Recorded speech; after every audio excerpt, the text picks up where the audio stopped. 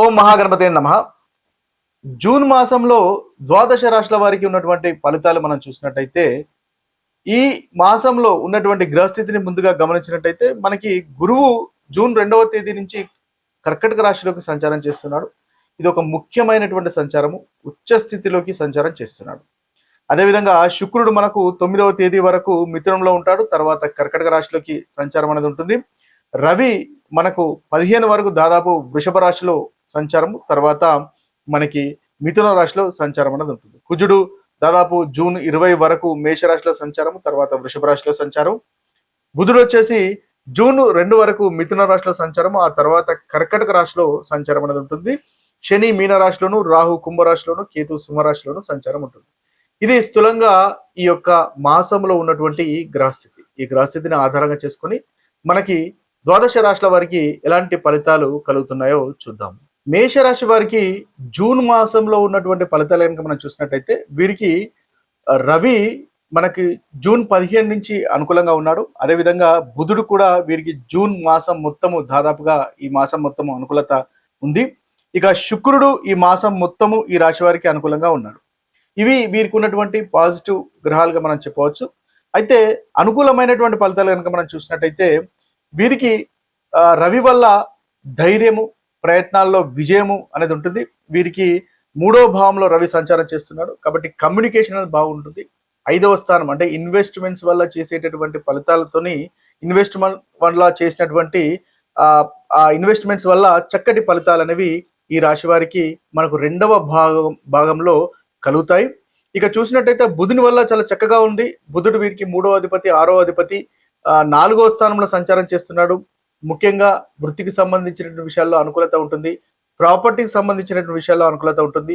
బుధుడు గోచార రీత్యా 4వ స్థానంలో చక్కటి అనుకూలమైనటువంటి ఫలితాలు ఇస్తాడు కాబట్టి కుటుంబ సౌఖ్యం అనేది ఉంటుంది. మానసిక శాంతి అనేది మనకు మేషరాశి వారికి ఈ యొక్క జూన్ మాసంలో బుధగ్రహం వల్ల కలుగుతుంది.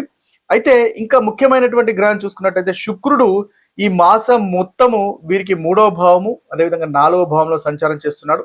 చాలా అనుకూలమైనటువంటి భావాలుగా మనం చెప్పవచ్చు.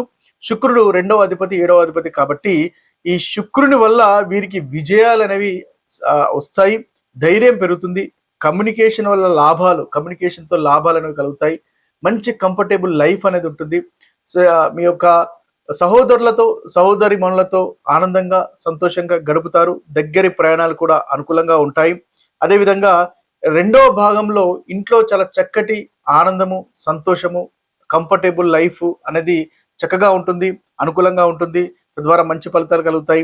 ఇక గురువు కూడా 4వ భావంలో సంచారం చేస్తున్నాడు. అదృష్టము, ఇంట్లో సంతోషం కూడా పెరుగుతుంది.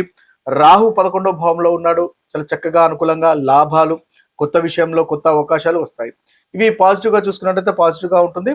ఇక అయితే మీకు మంగళుడు అంటే కుజుడు అంతగా అనుకూలంగా లేడు కాబట్టి కాస్త కోపము, ఆరోగ్య సంబంధించినటువంటి ఇబ్బందులు కలిగే అవకాశాలు కనిపిస్తున్నాయి కాబట్టి ఆ విషయంలో జాగ్రత్త పడండి. ఓవరాల్ గా చూసినట్టయితే రవి వల్ల, అదేవిధంగా బుధుని వల్ల, శుక్రుని వల్ల, రాహు వల్ల చక్కటి ఫలితాలే, అనుకూలమైనటువంటి ఫలితాలే మనకు కలుగుతున్నాయని చెప్పవచ్చు. జూన్ మాసంలో ఉన్నటువంటి పరిహారాలు కనుక మనం చూసినట్టయితే, మేషరాశి వారికి రవి, అదేవిధంగా కుజుడు, శని, కేతువు ఈ 4 గ్రహాలు అంతగా అనుకూలంగా లేవు కాబట్టి సూర్య నమస్కారాలు చేయండి. మంగళవారం హనుమంతుని పూజ చేయండి. శనివారము అదేవిధంగా దానం చేయండి, లేదా శనివారము హనుమంతుని దర్శించుకోండి. తద్వారా చక్కటి ఫలితాలు ఈ మేషరాశి వారికి కలుగుతాయి. ఇవి పరిహారంగా ఉంటుంది. ఇక వృషభ రాశి వారికి సంబంధించినటువంటి పరిహారాలు కనుక మనం చూసినట్టయితే, వృషభ రాశి వారికి రవి బాలేడు. ఈ యొక్క మాసంలో బుధుడు, కుజుడు, గురువు, రాహు, కేతు దాదాపు అధికమైనటువంటి గ్రహాలు వృషభ రాశికి అంతగా అనుకూలంగా లేరు కాబట్టి ముఖ్యంగా విష్ణు సహస్రనామాలు పఠించండి, వినండి, సూర్య నమస్కారాలు చేయండి. రాహు కేతు ప్రభావం తగ్గడానికి ముఖ్యంగా హనుమంతుని ఆరాధించండి. శనీశ్వరుని ఆరాధించండి. తద్వారా ఈ రాశి వారికి చక్కటి ఫలితాలు కలుగుతాయి. ప్రతికూలత అనేది తగ్గుతుంది. ఇక మనం మిథున రాశి వారి కనుక చూసినట్టయితే, మిథున రాశి వారికి ఈ యొక్క మాసంలో ముఖ్యంగా రవి, బుధ, శని, రాహు ఈ 4 గ్రహాలు అంతగా అనుకూలంగా లేరు కాబట్టి ఈ మిథున రాశి వారి కనుక చూసినట్టయితే, బుధవారం రోజు విష్ణు సహస్రనామాలు వినండి, చదవండి. శనివారం రోజు నల్ల నువ్వులు దానం చేయండి. అదేవిధంగా ధ్యానము మెడిటేషన్ చేయడం వల్ల మిథున రాశి వారికి చక్కగా ఉంటుంది. సూర్య నమస్కారాలు చేసే ప్రయత్నం చేయండి. ఇది మీకు చక్కటి పరిహారంగా పనిచేస్తుంది. ఇక మనం కర్కటక రాశి వారి కనుక చూసుకున్నట్టయితే కర్కటక రాశి వారికి బుధ, గురు, శని, రాహు, కేతు ఈ 4 గ్రహాలు అంతగా అనుకూలంగా లేరు. కాబట్టి వీరు గురువారం రోజు ఏదైనా దానం చేయండి, మీకు పరిహారంగా పనిచేస్తుంది. అదేవిధంగా శనివారం హనుమంతుని ఆరాధించండి, తద్వారా మనకి కర్కటక రాశి వారికి చక్కటి పరిహారంగా పనిచేస్తుంది. ప్రతికూలమైనటువంటి ఫలితాలు తగ్గుతాయి. ఇక సింహరాశి వారి కనుక చూసినట్టయితే సింహరాశి వారికి మనకి బుధుడు, కుజుడు, గురు, శని, రాహు, కేతు ఈ గ్రహాలు అంతగా అనుకూలంగా లేరు. కాబట్టి మంగళవారం రోజు హనుమంతుని ఆరాధించండి, చక్కటి ఫలితాలు కలుగుతాయి. లేదా సుబ్రహ్మణ్య స్వామిని ఆరాధించండి. అది ఈ సింహరాశి వారికి ఈ యొక్క మాసంలో మంచి పరిహారంగా మీకు కలుగుతుంది. ప్రతికూలమైనటువంటి ఫలితాలు తగ్గుతాయి. ఇక కన్యారాశి వారి కనుక చూసినట్టయితే కన్యారాశి వారికి రవి, కుజ, శుక్ర, శని, కేతువులు అంతగా అనుకూలంగా లేరు. ప్రతిరోజు సూర్య నమస్కారం చేయండి. అదేవిధంగా మంగళవారం హనుమంతుని పూజ చేయండి, శుక్రవారము లక్ష్మీ పూజ చేయండి. తద్వారా ఈ మాసంలో మీకు చక్కటి అనుకూలమైనటువంటి ఫలితాలు కలుగుతాయి. ఇక తులారాశి వారి కనుక చూసినట్టయితే తులారాశి వారికి ఈ యొక్క మాసంలో రవి, బుధ, కుజ, గురు, రాహు ఈ గ్రహాలు అనుకూలంగా లేవు. కాబట్టి ఈ అనుకూలంగా లేని గ్రహాలకు మనము పరిహారాలు చేసుకోవాలి. కాబట్టి ముఖ్యంగా విష్ణు సహస్రనామాలు వినండి, విష్ణు ఆరాధించండి, తద్వారా వెంకటేశ్వర స్వామిని ఆరాధించండి, చక్కటి ఫలితాలు కలుగుతాయి. రాహు ప్రభావం తగ్గడానికి దుర్గామాతను ఆరాధించండి. శనివారం హనుమంతుని పూజించినట్టయితే మంచి ఫలితాలు, ఇంట్లోనే చేసుకున్నట్టయితే చక్కటి ఫలితాలు మనకు తులారాశి వారికి ఈ మాసంలో కలుగుతాయి. ఇక వృశ్చిక రాశి వారి యొక్క ఫలితాలు కనుక మనము పరిహారాలు చూసినట్టయితే వృశ్చిక రాశి వారికి రవి, బుధ, శని, రాహు, కేతువులు ఈ గ్రహాలు ఈ యొక్క మనకి ఈ యొక్క సమయంలో అనుకూలంగా లేరు. కాబట్టి వీరు ప్రతిరోజు సూర్య నమస్కారం చేయండి. బుధవారము విష్ణు సహస్రనామం చేయండి, తద్వారా మంచి ఫలితాలు కలుగుతాయి.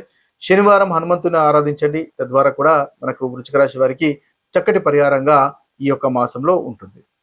ఇక ధనుసు రాశి వారి కనుక చూసినట్టయితే ధనుసు రాశి వారికి బుధ, శుక్ర, గురు, శని, కేతువులకు సంబంధించినటువంటి పరిహారాలు చేసుకోవడం ఉత్తమం. వీరికి లక్ష్మీ పూజ చేసుకోండి. అదేవిధంగా గురునికి సంబంధించినటువంటి జపము లేదా దత్తాత్రేయుని ఆరాధించండి. ఈ మాసంలో చక్కగా మకర రాశి వారికి ఉంటుంది. ముఖ్యంగా హనుమంతుని ఆరాధించినా కూడా మీకు చక్కటి మంచి ఫలితాలు ఈ యొక్క మాసంలో కలుగుతాయి. ఇక కుంభరాశి వారి కనుక చూసినట్టయితే కుంభరాశి వారికి రవి, గురువు, శని, రాహు, కేతు ఈ 5 గ్రహాలు అంతగా అనుకూలంగా లేవు. కాబట్టి కుంభరాశి వారికి ప్రతిరోజు సూర్య నమస్కారం చేయండి. అదేవిధంగా గురువారం ఏదైనా దానం చేయండి. శనివారము హనుమంతుని ఆరాధించండి. మీనరాశి వారికి సూర్యుడు, బుధుడు, కుజుడు, శని, రాహు ఈ గ్రహాలు అంతగా అనుకూలంగా లేరు. కాబట్టి ఈ రాశి వారు ప్రతిరోజు సూర్య నమస్కారం చేయండి. ప్రతి మంగళవారం హనుమంతుని ఆరాధించండి. తద్వారా ఈ మాసంలో జూన్ మాసంలో చక్కటి అనుకూలమైనటువంటి ఫలితాలు కలుగుతాయి. ఇవి స్థూలంగా మీకున్నటువంటి ఈ జూన్ మాసంలో ఉన్నటువంటి ఫలితాలు, అదేవిధంగా పరిహారాలు. మరొక వీడియోలో మరొక రాశి ఫలితాలతో కలుద్దాము. అంతవరకు సెలవు. సర్వే జన సుఖినో భవంతు, సర్వే సుజన సుఖినో భవంతు. నమస్తే.